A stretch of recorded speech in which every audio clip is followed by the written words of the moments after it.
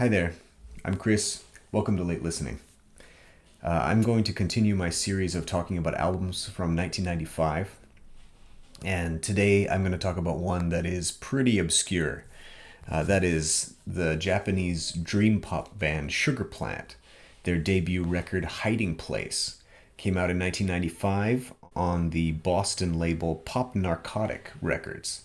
The original of this is a little bit hard to find, but recently Sugar Plant actually came out with a remaster that is Hiding Place, and also their first EP, which is also from 1995, Cage of the Sun.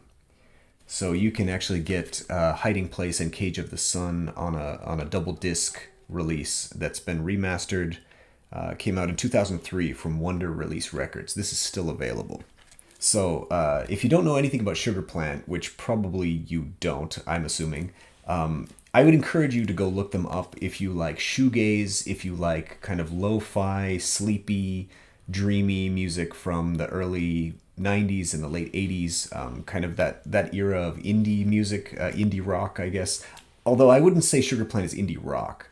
The best thing that I can compare them to is Galaxie 500, especially this era of Sugar Plant.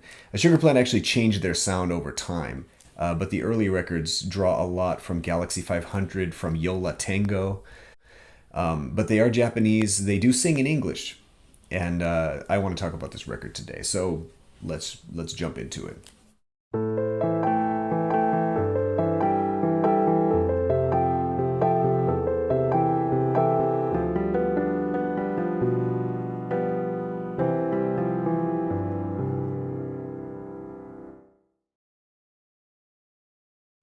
So Sugar Plant consists of two people, two members of the band. There are a lot of others that come in and out throughout the years to help them. But basically, Sugar Plant is Chinatsu Shoyama, and she plays bass and sings and writes all of the lyrics. And Shinichi Ogawa, who does all of the guitars and some synths later on. They don't have a drummer, so there's always a revolving lineup of drummers and other, backup guitarists and keyboardists and things like that when they play live. I don't usually do band bios, but in this case, let me talk a little bit about Sugar Plant because I don't think almost anybody knows who these guys are, and they are probably my favorite band of all time. I love, love, love Sugar Plant. Once upon a time, Jasmine and I talked about one of their songs, the song Number 4, from the album After Hours. So you can go way back in the, I think it was like a year ago or more, and you can find that video if you're interested. But yeah, Sugar Plant, they were formed in 1993. Chinatsu and Shinichi were university students, and they met and they shared a love of like British indie music and American indie music, and they both really liked Galaxie 500. They both really liked the Velvet Underground and stuff like that, and so they decided to make a band. And they recorded this album, Hiding Place, in 1994, and it was released in 1995, both in Japan and in the US. They went on a tour, and they were pretty well received on a very tiny, indie level. One of my favorite reviews of this album was from this Japanese reviewer. I'm sorry, I'm not so good at Japanese, but I'll just read the English translation, which is, "When I listen to this album, I imagine a girl who lives alone, on a lazy holiday, humming along to the music leaking from cheap speakers and staring blankly at the rattling ceiling fan. Sorry, this is completely my imagination, lol. However, even though I have never had such an experience, I'm a guy anyway, I feel like I wonder if that was what youth was like." That kind of sums up the sound right there. I mean, Sugar Plant, very sleepy. This album rocks a little bit. But for the most part, Sugar Plant is really sleepy. They're really laid back, and they're very melancholy. Also, they have kind of a beautiful moments, but then there's always this kind of a little bit of sadness or a little bit of darkness, and this kind of undertone of melancholy. And I think that's why I absolutely love this band.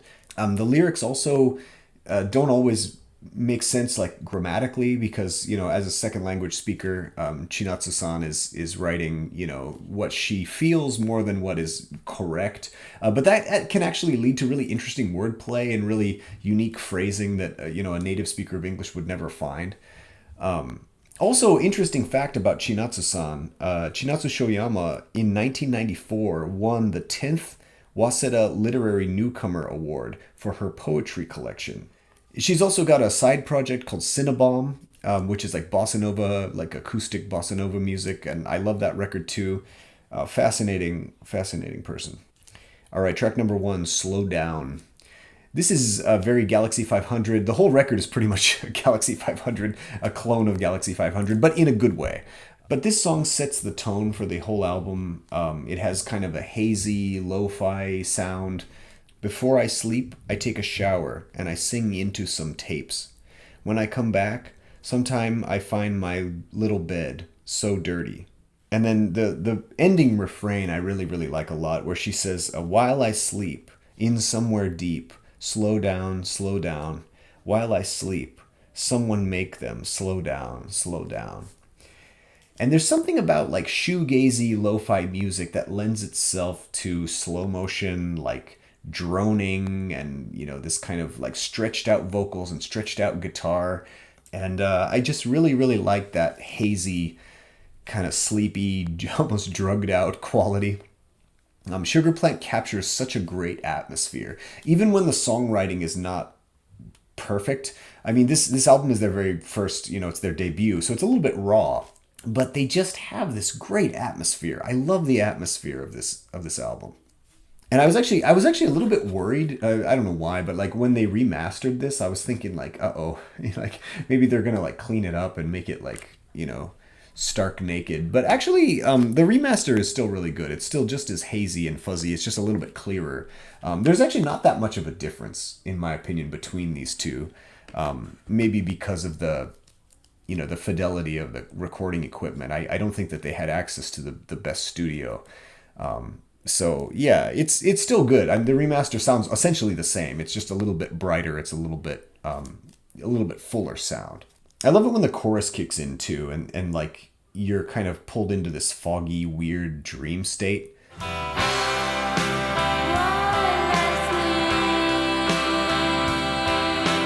I don't always know what Chinatsu-san is singing about, but I just really like her voice. There's some Japanese reviewers who complained like, oh, this singer's out of tune. The guitar is sometimes out of tune. Well, but that comes along with the territory of lo-fi music. You know what I mean? She's a good singer, especially now. She's a really good singer now. But back then, I mean, I don't know. She does the job. All right, track number 2, In a Way.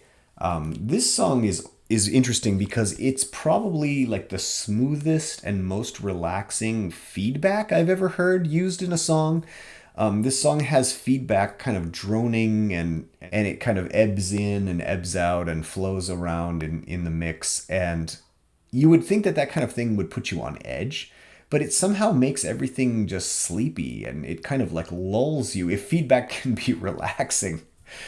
On their 1997 record, After Hours, they would use a lot more layers of guitar, and that album is like a wall of sound at times, even though it's really sleepy. But there's like, especially if you listen on headphones, you feel like you're just falling into this like, you know, wall of guitars. And this song, I think, hints at that direction that they were going in, and you can kind of see the potential Sugar Plant's like overdubbing. I'm not really sure about the lyrics. You can't find the lyrics to this album anywhere online, and they don't have them in the lyric book, so I was just listening really hard and trying to figure out what they were saying. But the first chorus is because I want your love in a way. And the second chorus is because I don't want your love in a way. So I like that kind of reversal. And then the very last line of the song is, I never caught your heart. I love the fact that they just, you know, they end on that kind of downer. The love is not reciprocated. Nothing is resolved. We're just stuck in the melancholy dream. Track number 3, Orange Filter, one of my favorite songs on the record.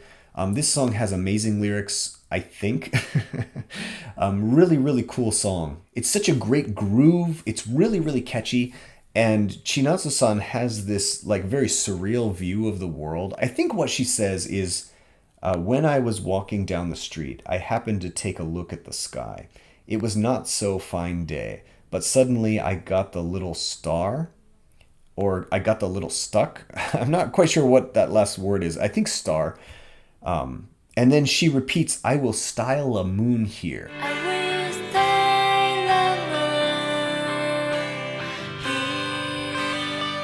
So as if she's like drawing a moon with like a star or something with like a, you know, illumination. She's gonna style a moon right here. The chorus, she says, "Please give me an orange filter." And she says it kind of in the Japanese way, which is orange is orangi. So she says, "Please give me an orangi filter." And then the chorus expands to, "I was bound to remember those days we can't see anymore. I wish to have an orange filter through which I can see dreams." And I thought to myself, maybe that's like a sepia filter, you know, orange filter. What does that really mean? But if you look through something orange and you're looking at the world, it kind of seems very weird and dreamlike and almost like faded and something from the past. I can remember like my mother or my grandmother had like a box of like negatives, like film negatives, that when you looked at them, they kind of looked like weirdly like yellow orange. Of course, everything is like reversed, all the colors are reversed, but then it's like, it's always that the film has that kind of like yellow orange quality. Another cool thing about that song is that there's this seventh chord that comes in, and then like everything kind of stops. And instead of a bridge, it's like this, like the momentum of the song halts and the groove is done. And then it kind of just drifts for a minute. And then that chorus comes back in one more time for a reprise.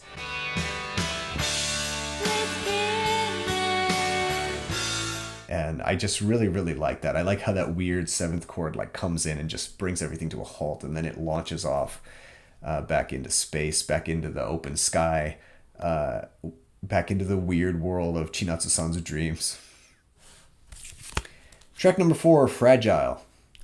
Not the Nine Inch Nails Fragile, but Sugar Plant's Fragile. There are a lot of words in this song, maybe the most words of any Sugar Plant song.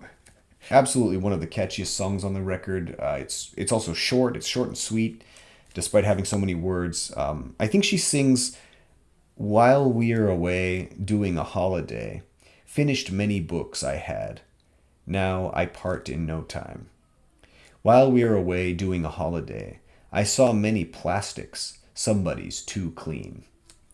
I think that's what she says. I'm not really sure, but in Japan they divide the garbage between the like combustible and like plastic garbage and stuff like that. So like if she's walking and she sees like piles of plastic, then maybe she would think that someone's cleaning like all the time or something like that. The way the vocal melody goes, the way that the music goes, it's maybe she's thinking of a past holiday a long time ago when they used to be happy and they're not happy anymore. She's not so happy anymore. It's not really clear to me, but Sugar Plant's music is never happy. Although later on they would release the album Happy, which is an electronic album, and it is quite happy. So yeah, Sugar Plant eventually became a little bit brighter. All right, track number 5, Route 128. First, let me just say that not only have I always loved this song, and not only have I always like thought that this is probably the best song on the record, but in 2018, Sugar Plant released a new record called Headlights. And Headlights only has, 8 songs. It's a pretty short record. But the title track, Headlights, references Route 128, which is a kind of a highway that runs through Boston, Massachusetts, where Pop Narcotic Records is located. And I think it's really cool that in 1995 and 2018, Chinatsu-san wrote lyrics about Route 128 and kind of linked these songs together. I assume she's doing that on purpose. Headlights is a very sad song. There's tears flowing. There's, memories kind of overwhelming the narrator. And I wonder if she's, kind of showing like where the person who sang Route 128 has come to. And, maybe it's a kind of a sister song, if you will. We're driving on Route 128. We're nothing but a picture in a museum. And then I think the chorus of this song, she says, "I love to listen to the rain." At first I thought it was, "I love to listen to the way," but I think it's a rain. "I love to listen to the rain because I find it so..." What is this word? I don't know. Find it so sunny, so sorry, so sare. What is she saying? I'm not quite sure, but and then the next verse, "Cars driving on Route 128, while my friend met a bus, I bought a ticket. I love to listen to the rain because I find it so sorry or sunny or something. And then the whole song shifts. All of a sudden she says, "And I guess I may be falling down." This simple driving song and this like kind of portrait of like maybe seeing America for the first time and driving along the way to Boston, Massachusetts, would suddenly become like kind of depressing. And I think I may be falling down, like I may be entering like into something dark, and my life is not going so well, even though I'm just driving. Like I bought a ticket to take this bus, like I don't even know what I'm doing. There's a lot in Chinatsu-san's lyrics, like even though they're sometimes not grammatically correct, the narrator seems to not be doing so well. And I relate to that. What can I say? Track number 6, Hiding Place. The title track is a instrumental song, just droning, like peaceful, good driving songs, I guess. Route 128 also, very good driving song. You can kind of feel like you kind of get spaced out as you're just driving along, like get into like a zone of some kind. Track number 7, All Alone. A pretty hard rocking song for Sugar Plant. They really kind of go for it on this song. I'm not such a big fan of this song, but it's pretty solid.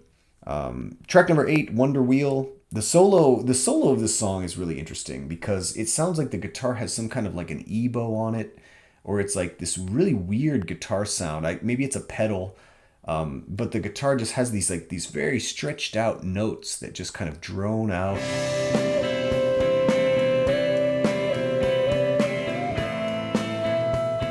Wonder Wheel. And then the lyrics on that one, she plays with like under and wonder, and I think she's talking about like they just keep going around and around on the Ferris wheel, and they like don't even know where they are when they're gonna get off.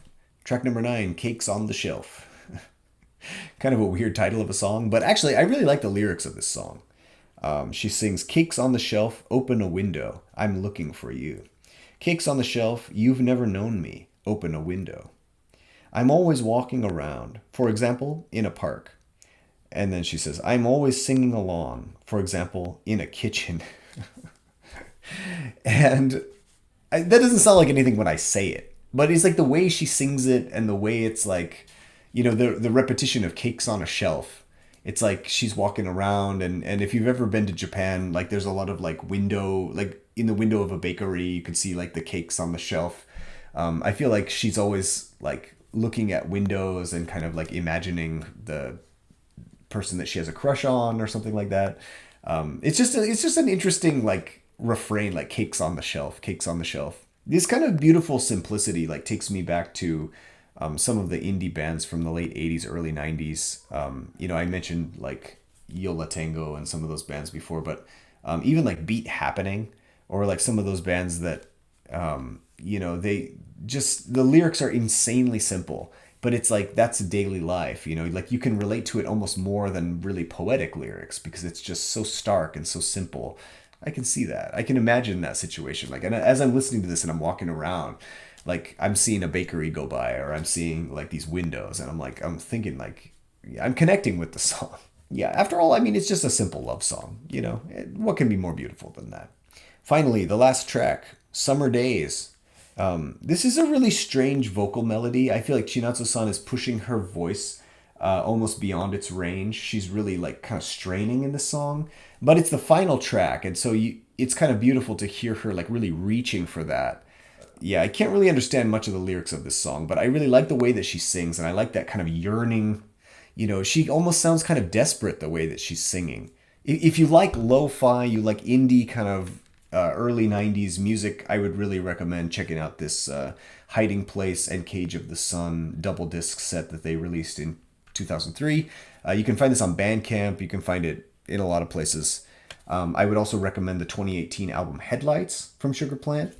Anyway, I hope you enjoyed this video, and I hope that I could turn you on to some obscure music from Japan. As always, thank you so much for watching, and I'll see you again.